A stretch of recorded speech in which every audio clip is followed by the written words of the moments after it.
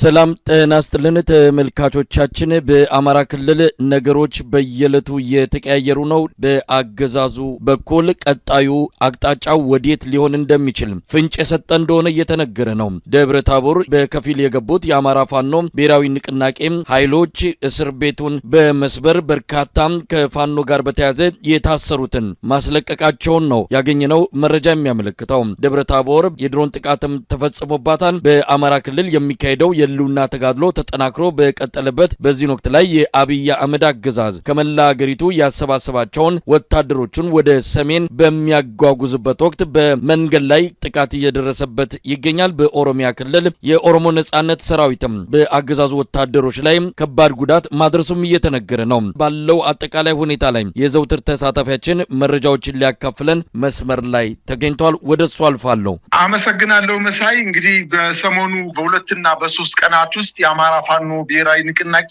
በአማራ ክልል በዋናነት ደግሞ በደቡብ ጎንደር በማዕከላዊ ጎንደርና በምዕራብ ጎጃም እንዲሁም በሰሜን ሸዋ እና በምዕራብ ወሎ አካባቢዎች ታሪክን የቀየረ ወታደራዊ ድሎችን ነው ማግኘት የቻለው እንግዲህ ገና አንድ ሰዓት ባልሞላ የውጊያ እንቅስቃሴ ላይ ከፍተኛ ክሳራ እየደረሰበት ተበትኖ ወደ ከተሞች እየሸሸ እንደሚገኝና የፋኖ ኃይሎች ደግሞ ተከታትለው በመምታት በከተማው በታሪክ ለመጀመሪያ ጊዜ ደቡብ ጎንደር ዋና ከተማ የዞን ዋና ከተማን መቆጣጠር ችለዋል የአማራ ፋኖ ብሔራዊ ንቅናቄ በደቡብ ጎንደር ሁሉም ወረዳዎች በሚያስል ደረጃ ከ3 ቀናት በፊት ተቆጣጥረው በርካታ በአገዛዙ ጦር ላይ ድምሰሳ መፈጸማቸው ይታወቃል እንግዲህ በአገዛዙ ጦር ላይ ከፍተኛ ሰብአዊና ቁሳዊ ጉዳት የደረሰበት ውጊያ ተስተናግዷል ደብረ ታቦርን ከበባ በመፈጸም በአራቱም የመውጫ በሮችና የመግቢያ በሮች ላይ ጥቃት መፈጸማቸውንና በበርካታ ቦታዎች ላይ የፋኖ ኃይሎች ሲንቀሳቀሱ መታየታቸውን በተለይ በአገዛዙ ጦር ካምፕ ማለትም አጅባር ሜዳ ተብሎ የሚጠቀሰው እንዲሁም አስፋው ግራር ተብሎ በሚጠቀሰው የሚኒሻ ካምፕ ላይ እንዲሁም የአድማ ብተና ካምፕ ላይ ኢየሱስ ቤተክርስቲያን አጠገብ የሚገኘው የሚኒሻ ካምፕ ላይ ስራ አመራር ተብሎ የሚጠቀሰው የብልጽግና አመራሮች መሽገው የተቀመጡበት ማረሚያ ቤቱ አካባቢ በከተማው መሃል ሰኞ ገበያ በሚባለው አካባቢ ላይ እንዲሁ ውጊያ ሲደረግ ውሏል የደብረ ታቦር ከተማ እምብርት የሆነው ቤርሙዳ ተብሎ የሚጠቀሰው የከተማው እምብርት ላይ የፋኖ ኃይሎች ተቆጣጥረው ወደ ድንበር አካባቢ እንቅስቃሴ ሲያደርጉና በከባድና በቡድን መሳሪያ የታገዘ ከፍተኛ ውጊያ ሲደረግ መዋሉን ነው መረጃዎች የሚያመላክቱት በአጠቃላይ በከተማዋ በሁሉም ቦታዎች ከባድ ውጊያ እየተደረገ ሲሆን እስከ ቀኑ 10 ሰዓት እንደቀጠለና ከዛ እየቀዘቀዘ እንደመጣ በርካታ ታጣቂዎችን መማረካቸውን እጅ መስጠታቸውን በርካታ ታጣቂዎች የአድማ ብተናና የፖሊስ አባላት ደግሞ መሞታቸው መገደላቸውን እንዲሁም በርካታ የብልጽግና አመራሮች ተሸሽገው ከነበሩበት ቦታ ወደ ደብረ ታቦር ዩኒቨርሲቲ ሸሽተው በሚኒሻ እና በአድማ ብተና ታጅበው ወደ ዩኒቨርሲቲው እንደገቡና በዛ አካባቢ ከፍተኛ ውጊያ እየተደረገ እንደነበረ ለማወቅ ተችሏል ደብረ ታቦር በአጠቃላይ ከፍተኛ የሆነ ውጊያ ሲደረግባት እንደዋለና በከተማው ላይ በርካታ ቃጠሎች በተለይ አስፋው ግራር ተብሎ የሚጠቀሰው አካባቢና አጅባር ሜዳ ተብሎ የሚጠቀሰው የሚኒሻና የአድማ ብተና ካምፕ በፋኖች መውደሙንና በርካታ የጦር መሳሪያ የትጥቅ ተተኳሾች እንዲሁም የቡድን መሳሪያዎችን በካምፑስ ማግኘት መቻላቸውን አስታውቀዋል እንግዲህ ተያይዞ የደብረ ታቦር ከተማ ብቻ ሳይሆን በትናንትናው ዕለትም እንዲሁ ከባህር ዳር ከተማ በቅርብ ርቀት ከ20 ኪሎ ሜትር ባነሰ ርቀት ላይ የምትገኘው የደቡብ ጎንደር ሐሙሲት ከተማን የፋኖ ኃይሎች ተቆጣጥረዋል ይህን ተከትሎ በባህር ዳር ከተማ ላይ ውጥረት እንደነገሰ ለማወቅ ተችሏል እንግዲህ የአብይ አህመድ ጦር ተጨማሪ በሜካናይዝድ የታገዘ ጦር ወደ ደብረ ታቦር ለማንቀሳቀስ ሙከራ ያደረገ ቢሆንም በተለይ በወረታ አድርጎ በአለም ሳጋ አድርጎ ደብረ ታቦር ለመቆጣጠር በሜካናይዝድ ታጀበ ሁለት ክፍለ ጦር ረጅም ርቀት የተጓዘ ቢሆንም አለም ሳጋ ከሚባለው ቦታ ላይ ሲደርስ ከባድ የደፈጣና የቆረጣ ጥቃት ደርሶበት ወደ መጣበት ተመልሶ መሸሸቱንና ወረታ ከተመለሰ በኋላ ደግሞ በአዲስ ዘመን አድርጎ በእብናት ከተማን ወደ ግራ አትቶ ወደ ደብረ ታቦር ከተማ እየገሰገሰ እንደሆነና የፋኖ ኃይሎች ግን በዛ አካባቢ በተለይ በዩኒቨርሲቲው አካባቢ ራሳቸውን አዘጋጅተው እየጠበቁት እንደሚገኙና በአጠቃላይ ደብረ ታቦር ከባድ ጭንቀት ውስጥ እንደገባች ነገር ግን ከባባድ የሆኑ መሳሪያዎች ወደ ከተማዋ እየተተኮሱ በርካታ ህንጻዎች በእሳት መያያዛቸውን ለማወቅ ተችሏል በሌላ አቅጣጫ ሌላ ተጨማሪ ጦር ያስገባ ቢሆንም በተለይ በሊቦ ከምከም አድርጎ እየሄደ ያለው ጦር አሁንም የደፈጣ ጥቃት እየተፈጸመበት እንደሆነ ለማወቅ ተችሏል እንግዲህ በኢየሱስ ተራራ ላይ እና ዩኒቨርሲቲው አካባቢ ብዛት ያለው የወረዳ ስደተኛ አመራር በአድማ ብተናና በሚኒሻ ተከቦ የፋኖ ኃይሎች ማረሚያ ቤቱን ሳይቀር ሰብረው በመግባት በርካታ የፋኖ ቤተሰቦች ፋኖ ናችሁ ለፋኖ ትደግፋላችሁ ብለው ያሰሯቸው የመንግስት ሰራተኞች፣ ነጋዴዎች፣ የሃይማኖት አባቶች፣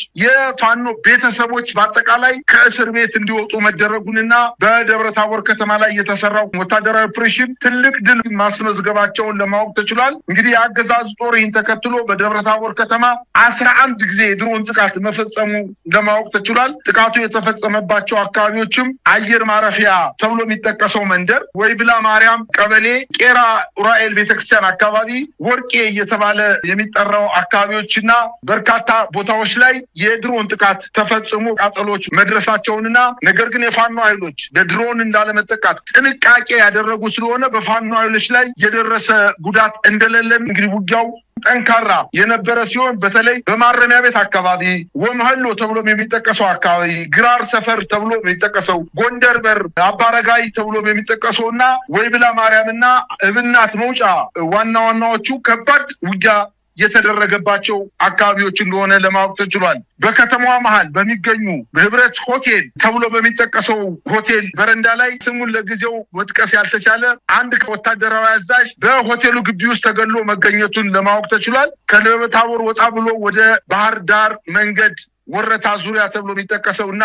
አውራምባና ወርቅ ሜዳ በተባሉ አካባቢዎች ላይ ውጊያው በሰፊው እየተካሄደ እንደሆነ ይሄን ተከትሎ ወደ ባህር ዳር የሚደረገው ግስጋሴ እንደቀጠለ ነው ለማወቅ የተቻለው። ውጊያው በቡድን መሳሪያዎች የታገዘ እንደነበርና የመከላከል እርምጃዎችን ቢወስድም ጥምር ጦር የተባለው ኃይል ራሱን መከላከል አቅቶት በተለያዩ የመንግስት ተቋማት ላይ ራሱን ደብቆ እንደሚገኝ ነው መረጃዎች የሚያመላክቱት። ይሄን ተከትሎ የአማራ ክልል ሰላምና ደህንነት ቢሮ አምኖ ከተማዋ ላይ ከፋኖ ኃይሎች ጋር ከባድ ውጊያ እያደረግን ነው በማለት መግለጫ ሰጥቷል። በደብረታቦር ከተማ ከፋኖ ጋር ውጊያ ላይ ነን በማለት የማንነት ቀውስ ያለባቸው ባንዳዎች ጥገኛና ተላላኪ እያለ በስድብ የታጨቀ ሽንፈቱን ያመነበትን መግለጫ ሰጥቷልኝ። ይሄ ማለት እንግዲህ የተመታው የብልጽግና ጦር ከፍተኛ ህመም፣ ብሽቀትና ንዴት ውስጥ እንዳሉ የሚያሳይ ነገር ነው። እንግዲህ በሌላ ዜና በባህር ዳር ከተማ መኮድ በሚገኘው የሰሜን ምዕራብ ዕዝ ዋና ማዘዣ ጣቢያ ላይ የሚገኙ የአገዛዙ ጦር ግምገማ ላይ ተቀምጠው ነበር። በዚህ ግምገማ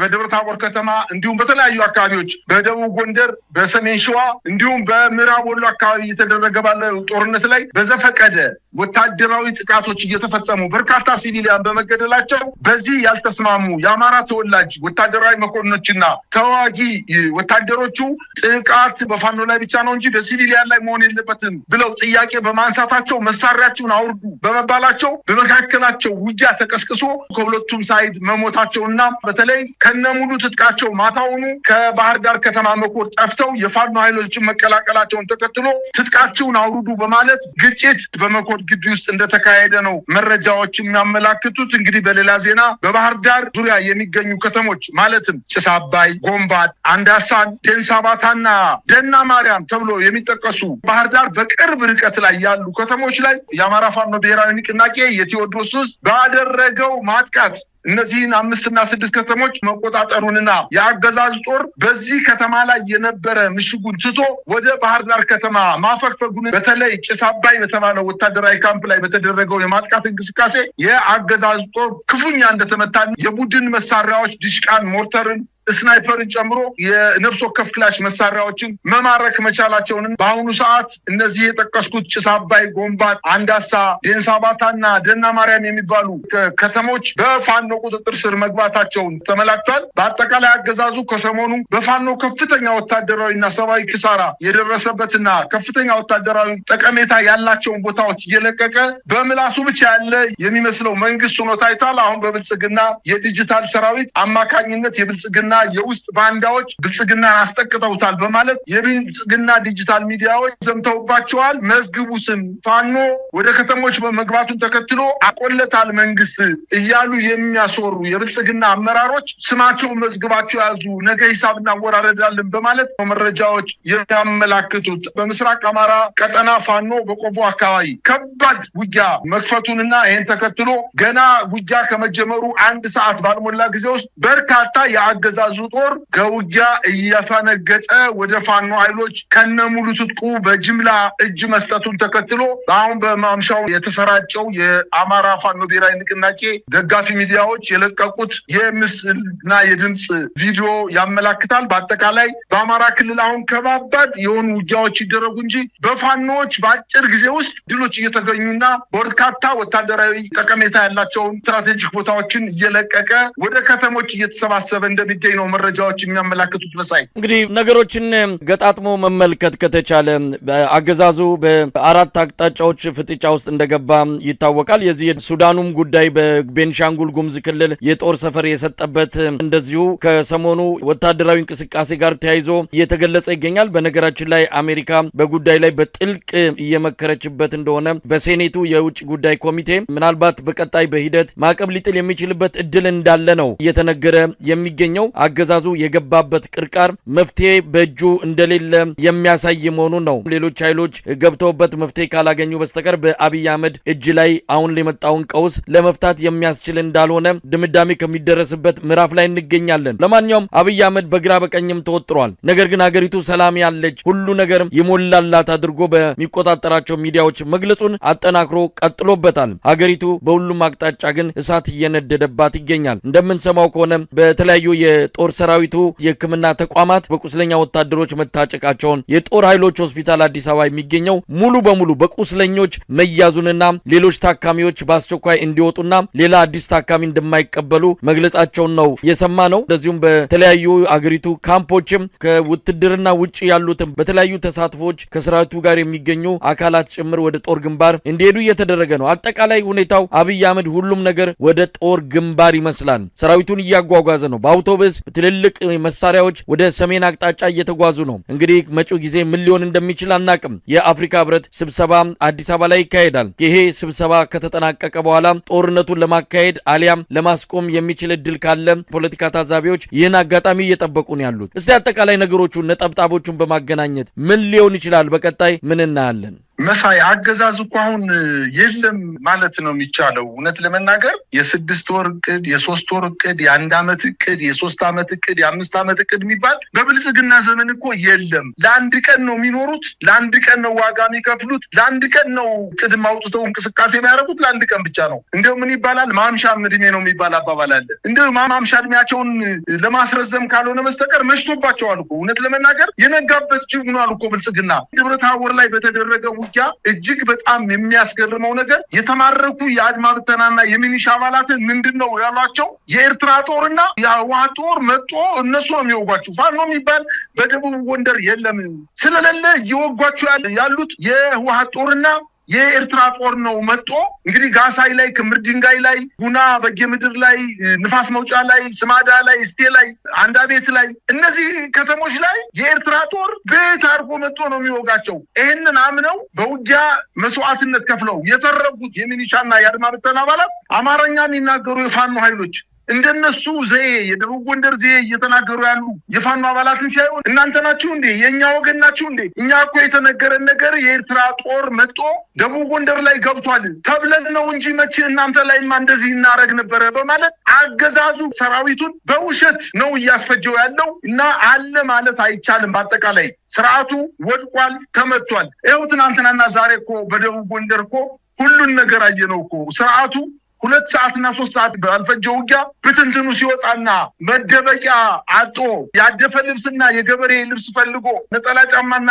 በረባሶ ጫማ አድርጎ ወደ ገጠር ወደ ዘመዶቹ ሲሄድ እኮ በርካታ አመራር እኮ ተይዟል። ከዚህ በላይ መሸነፍና መውደቅ የት አለ? ስለዚህ ስርዓቱ የተሸነፈ ስርዓት ነው። አሁን እያደረገ ያለው ሽንፈቱን ውጫዊ ለማድረግ የአማራ ህዝብና የአማራ ፋኖ ብሔራዊ ንቅናቄ አላሸነፈኝ የሚለውን የዓለም አቀፍ ተቋማትና ሀገራት እንዲያውቁለት ውጊያውን ቀጠናዊ ለማድረግ ከፍተኛ እንቅስቃሴ እያደረገ ነው። በምስራቅ አፍሪካ ብጥብጥ በመፍጠር ምናልባት ገላጋይ እንዲገባ ለማድረግ ካስቦ ካልሆነ በስተቀር በአጠቃላይ የተምታታበት ስርዓት እንደሆነ ይሄው እያየን ነው የምንገኘው። በጣም የሚገርመው ደቡብ ጎንደር ላይ እጃቸውን ሰጡ የተባሉ ከዚህ በፊት የነበሩ የአፋድ ወታደራዊ አዛዥ ናቸው ተብለው በዘረፋ ላይ ተሰማርተው የነበሩ እጃቸውን ከሰጡ በኋላ ደግሞ በደብረ ታቦር ከተማ 12 እና 20 አጃቢዎችን ይዘው ሰው ሲያሳስሩ ሲደበድቡ የነበሩ በአንድ በኩል በዩኒቨርሲቲ በኩል ሰራዊት ይዘው ሲዋጉ መዋላቸው ደግሞ እጅግ በጣም ይገርማል። ነገር ግን የፋኖ ኃይሎች ከበባ በመፈጸም ሲያጅቧቸው የነበሩትን ኃይሎች